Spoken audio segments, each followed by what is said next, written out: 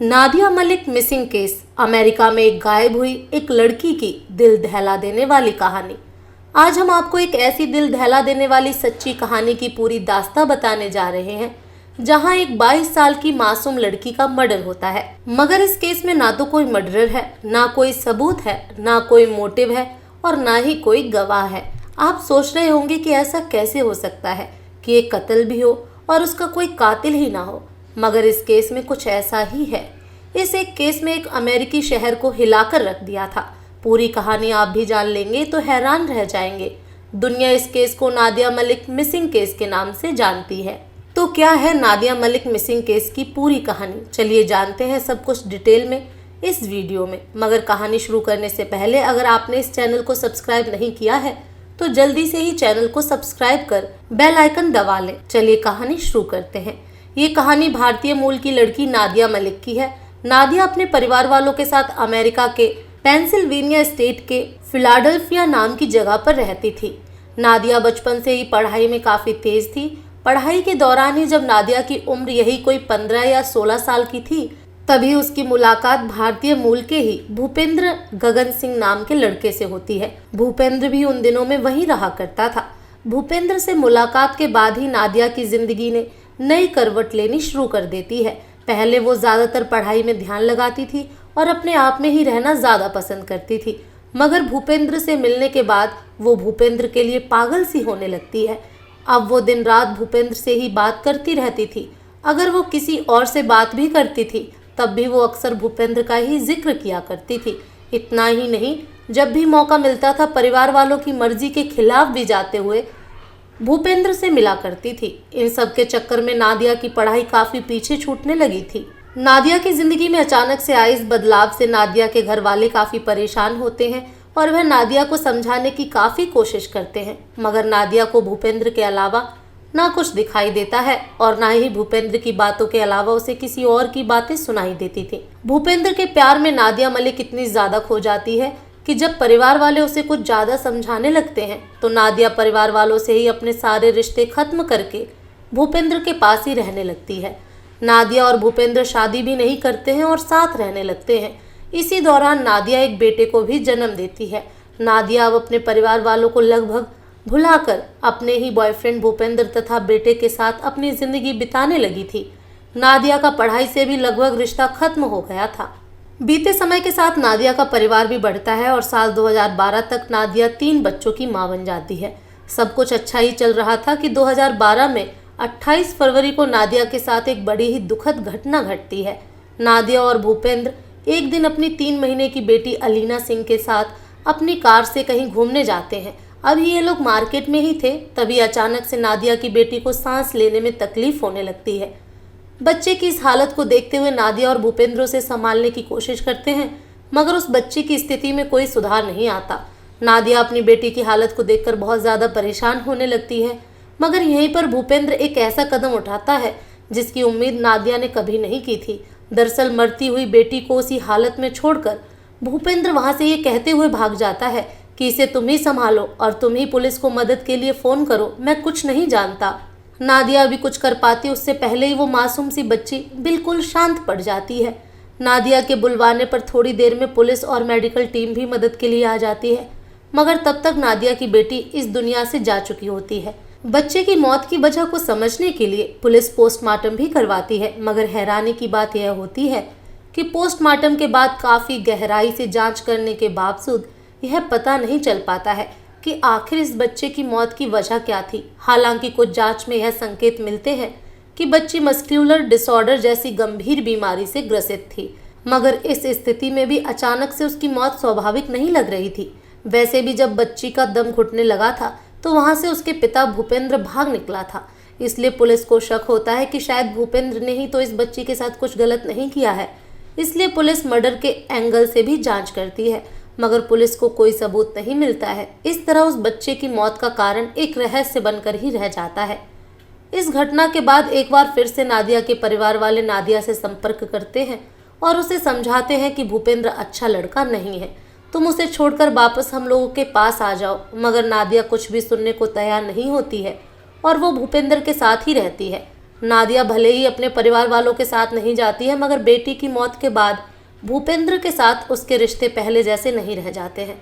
अब इन दोनों में अक्सर लड़ाई होती है। छोटी छोटी बात पर दोनों काफ़ी लड़ते थे। नादिया की बहन मोना मलिक के मुताबिक अब भूपेंद्र अक्सर नादिया पर हाथ भी उठा दिया करता था।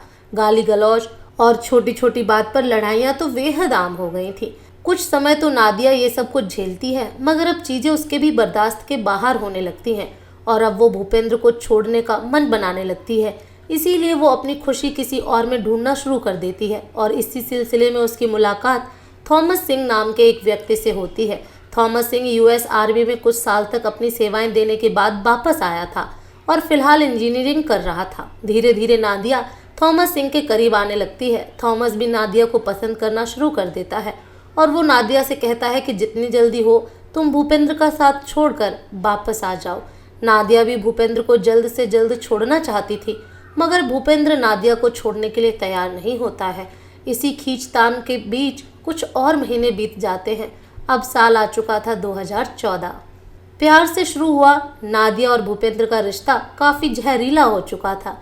नए साल में नादिया अपनी ज़िंदगी की नई शुरुआत करने की कोशिश करती है और इसी कोशिश के तहत वो एक बार फिर से अपनी पढ़ाई शुरू करती है। नादिया डॉक्टर बनने का ख्वाब पालते हुए मेडिकल एंट्रेंस टेस्ट की तैयारी करने लगती है। 2014 के जनवरी महीने में ही नादिया का प्री मेडिकल एग्ज़ाम का फॉर्म एक्सेप्ट भी हो जाता है। इसी बीच फरवरी 2014 में भूपेंद्र सिंह को कहीं से थॉमस सिंह के बारे में पता चल जाता है। इसी के बाद नादिया और भूपेंद्र में काफ़ी झगड़ा होता है। इसी झगड़े के दौरान भूपेंद्र सिंह नादिया की बुरी तरीके से पिटाई भी करता है। इस मारपीट से नादिया इतनी ज़्यादा टूट जाती है कि फाइनली वो भूपेंद्र को हमेशा हमेशा के लिए छोड़ने का प्लान बना लेती है, मगर भूपेंद्र किसी भी कीमत पर नादिया को छोड़ने के लिए तैयार नहीं होता है। भूपेंद्र नादिया के नए बॉयफ्रेंड थॉमस को भी मैसेज करते हुए कहता है, अगर तुम नादिया की ज़िंदगी से बाहर नहीं होते हो तो तुम कभी भी नादिया को नहीं देख पाओगे। इसका अंजाम बहुत बुरा होगा। जब नादिया बिल्कुल बेबस हो जाती है और भूपेंद्र की कैद से नहीं निकल पाती है तो वो अपने भाई खालिद मलिक को फ़ोन करती है और उससे मदद की गुहार लगाती है। बहन की हालत को देखते हुए खालिद 9 फरवरी 2014 को भूपेंद्र सिंह को फ़ोन करता है और उससे नादिया को छोड़ने के लिए कहता है। इस बात पर फ़ोन पर ही खालिद और भूपेंद्र की काफ़ी बहस हो जाती है। इसी बीच पर ही बैकग्राउंड में नादिया की आवाज़ सुनाई देती है जो रोते हुए कह रही थी कि यह मुझे घर के बाहर भी नहीं जाने दे रहा है, इसने मुझे कैद कर लिया है, मुझे बचाओ। नादिया की आवाज़ सुनकर खालिद कुछ कह पाता उससे पहले ही फ़ोन कट जाता है। फ़ोन कटने के बाद खालिद कई बार भूपेंद्र के नंबर पर फ़ोन करता है, मगर बात नहीं हो पाती है। नादिया से भी संपर्क नहीं हो पाता है। इसी के बाद कुछ अनहोनी की आशंकाओं के साथ तुरंत खालिद पुलिस को फ़ोन करते हुए घटना की जानकारी देता है। खालिद के फ़ोन के तुरंत बाद पुलिस की एक टीम भूपेंद्र के घर पर जाती है, मगर वहां ना तो भूपेंद्र मिलता है और ना ही नादिया।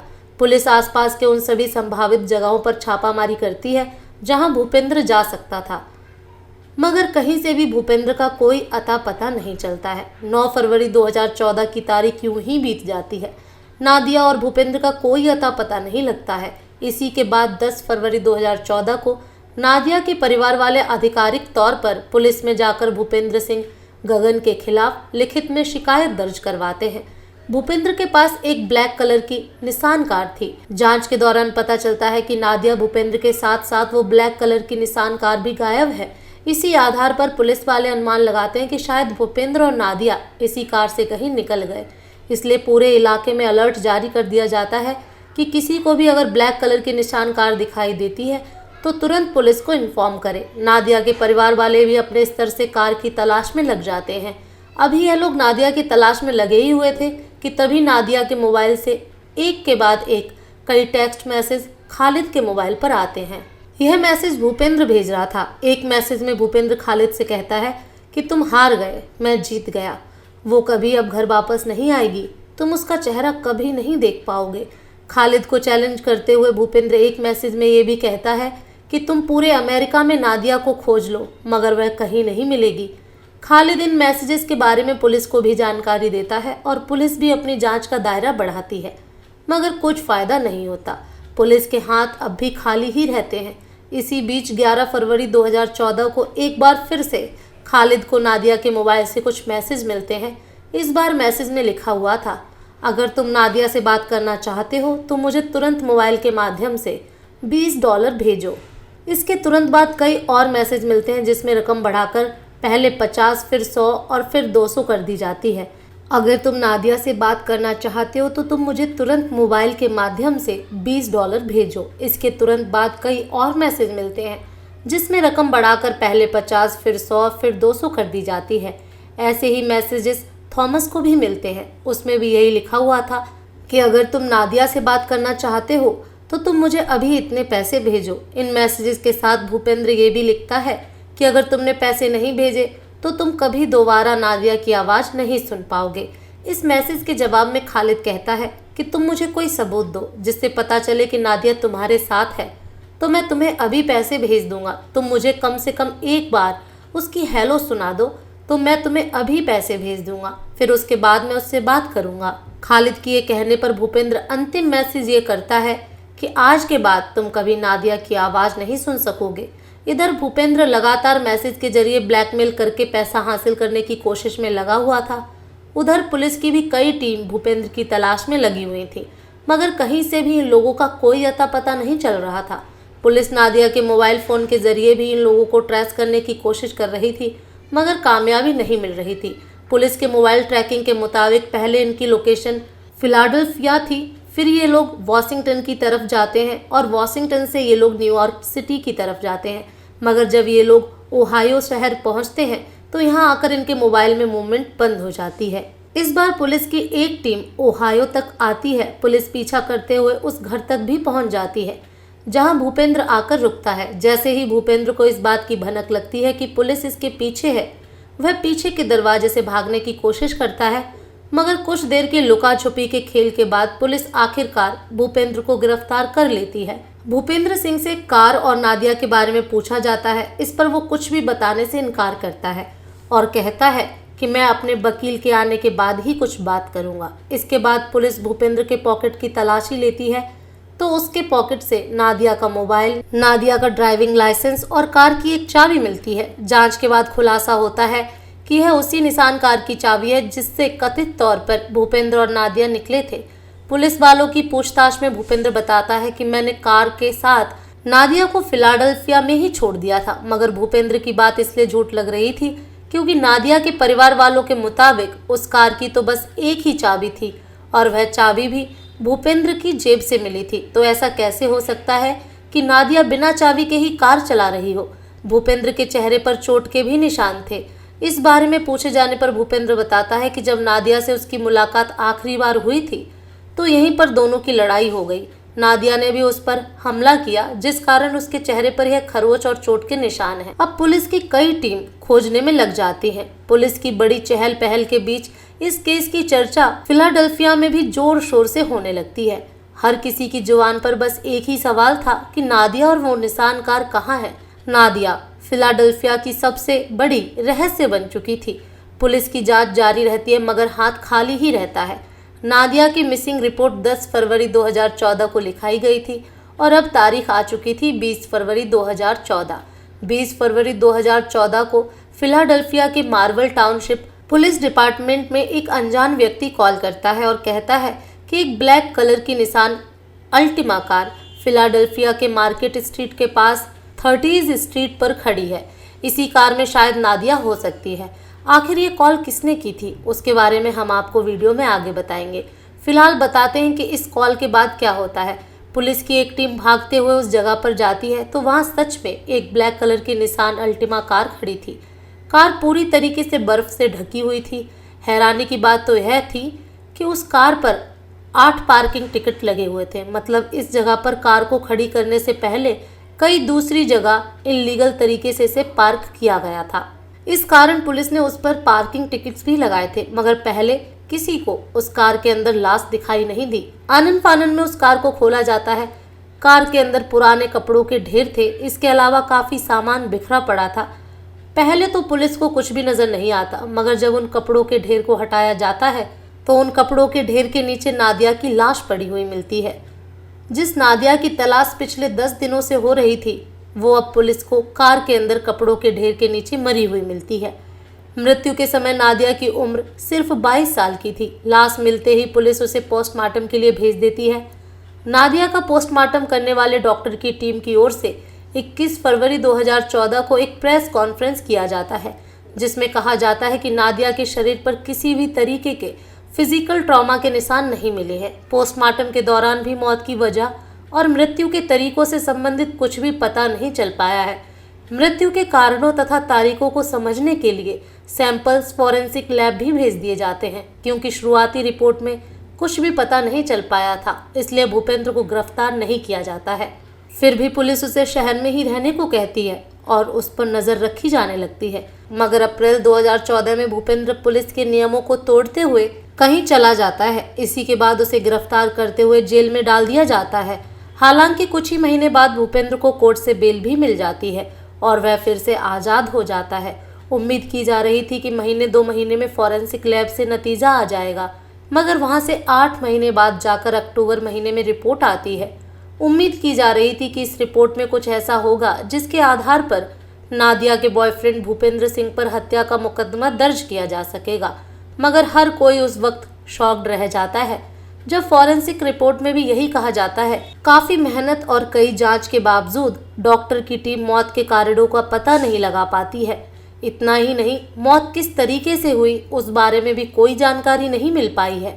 इस रिपोर्ट के बाद पुलिस कई नामी जासूस को इस केस की जांच में शामिल करती है। कई महीनों तक जांच चलती रहती है, मगर पुलिस के हाथ कोई जानकारी नहीं लगती। हालांकि डिटेक्टिव अपनी पूरी जांच के बाद सर्कमस्टेंसेस ऑयल एविडेंस के आधार पर भूपेंद्र सिंह पर ही नादिया को जहर देकर हत्या का शक जताते हैं, मगर उनके पास कोई सबूत नहीं था, इसलिए पुलिस भूपेंद्र पर कोई मामला दर्ज नहीं कर पाती है। काफ़ी कोशिशों के बाद भी जब पुलिस को भूपेंद्र के खिलाफ एक भी सबूत या गवाह नहीं मिलता है, तो फाइनली नादिया की हत्या को रहस्यमयी मौत बताते हुए क्लोजर रिपोर्ट फाइल कर देती है। अन्यथा कुछ महीने बाद ही ये केस बंद हो जाता और भूपेंद्र आज़ाद अपनी ज़िंदगी जी रहा होता। 22 साल की नादिया अपने 2 छोटे बच्चों को छोड़कर मर गई, मगर उसे किसी ने नहीं मारा। पुलिस द्वारा केस बंद किए जाने के बाद नादिया के परिवार वाले अपने स्तर से इस केस की जांच करवाने के लिए कुछ प्राइवेट डिटेक्टिव को भी हायर करते हैं। प्राइवेट डिटेक्टिव अपनी जांच में कुछ सबूत इकट्ठा करते हैं। उसके आधार पर नादिया के परिवार वाले फिर से पुलिस द्वारा इस केस को खोलने की अपील करते हैं, मगर प्राइवेट डिटेक्टिव द्वारा कलेक्ट किए गए एविडेंस की जांच के बाद पुलिस यह कहते हुए इस केस को दोबारा जांच करने से इनकार कर देती है कि उन सबूतों में कोई दम नहीं है। 2015 में नादिया का भाई खालिद मलिक नादिया की मौत से संबंधित जानकारी देने वाले व्यक्ति को पहले 50,000 फिर 1 लाख डॉलर का इनाम देने का ऐलान करता है। महीनों बीत जाते हैं, मगर एक भी काम की जानकारी कहीं से नहीं मिल पाती है। वैसे प्राइवेट डिटेक्टिव ने जो सबूत इकट्ठे किए थे, उसके आधार पर नादिया के परिवार वालों ने दावा किया कि नादिया को दाहिने हाथ में जहरीला इंजेक्शन भी लगाया गया था। इसी वजह से उसकी मौत हुई और यह इंजेक्शन किसी और ने नहीं बल्कि भूपेंद्र ने लगाया था। नादिया के परिवार वालों के मुताबिक भूपेंद्र ने पहले नादिया के हाथ में जहरीला इंजेक्शन दे दिया और फिर कार को बंद करके सभी सबूत मिटाने के बाद नादिया को अंदर ही छोड़कर भाग गया। कुछ लोग कहते हैं कि शायद नादिया ने खुद ही आत्महत्या की हो, मगर इस बात में भी कोई दम नजर नहीं आता है, क्योंकि आत्महत्या की पुष्टि करने वाले एक भी सबूत नहीं मिलते हैं। भले ही भूपेंद्र पर हत्या का मुकदमा दर्ज नहीं किया जा सका, मगर 2018 में एक स्थानीय अदालत ने इस केस की सुनवाई करते हुए भूपेंद्र को नादिया के परिवार वालों को $10 मिलियन का हर्जाना देने का ऑर्डर दिया। कोर्ट जितने भी पैसे दिलवा दे, मगर सच तो ये है कि नादिया के कातिलों को ना पकड़ा जाना पुलिस की सबसे बड़ी नाकामी और नादिया के साथ हुई सबसे बड़ी नाइंसाफ़ी है। चलिए बात करते हैं कि आखिर पुलिस वालों को वो अनजान कॉल किसने किया था। वेल, ऐसा कहा जाता है कि कॉल करने वाले व्यक्ति ने पुलिस से अपनी पहचान न जाहिर करने की शर्त पर ही कार की लोकेशन बताई थी, मगर नादिया के परिवार वालों के मुताबिक जहां पर कार खड़ी हुई थी उसके ठीक पीछे एक बड़ा सा रेस्टोरेंट था। उसी रेस्टोरेंट में ऑर्डर का इंतज़ार करते हुए एक व्यक्ति न्यूज़पेपर पढ़ रहा था। इत्तेफाक से उस न्यूज़पेपर में उसी निशान कार के साथ नादिया के गायब होने की खबर छपी हुई थी। इसी आधार पर उस व्यक्ति को लगा कि हो ना हो कि वही कार हो सकती है, क्योंकि उसने वो कार कई दिनों पहले से एक ही जगह पर खड़ी देखी थी। बस इसी के बाद उसने पुलिस को फ़ोन किया। फ़ोन के बाद पुलिस आती है, जांच होती है, मगर उस सवाल का जवाब कभी नहीं मिल पाता, जिसका जवाब नादिया के परिवार वालों समेत हर कोई जानना चाहता है। दोस्तों, आपके अनुसार नादिया का कातिल कौन हो सकता है तथा उसकी हत्या कैसे की गई होगी कि कोई सबूत ही नहीं मिला? कमेंट बॉक्स में जरूर बताएं। अगर आपको हमारी मेहनत पसंद आई हो तो वीडियो को लाइक करते हुए शेयर भी करें, ताकि बाकी लोग भी इस खौफनाक कहानी के बारे में जान सकें।